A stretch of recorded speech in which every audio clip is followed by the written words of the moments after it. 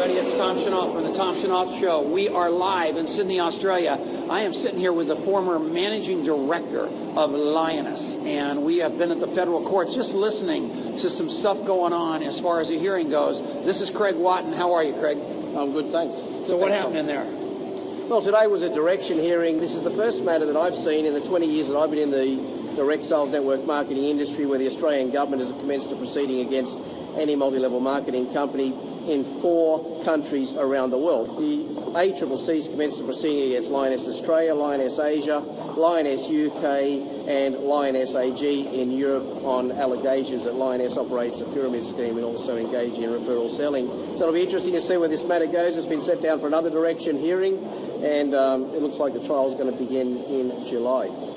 Craig is kind of like the watchdog of Australia. It is an honor to get to know him. We're going to start doing some shows, just keeping an eye on the good guys and the bad guys in Australia and New Zealand with Craig Watton. We're going to have a show about this real soon, so thanks for listening. We'll see you all when I get back to the States.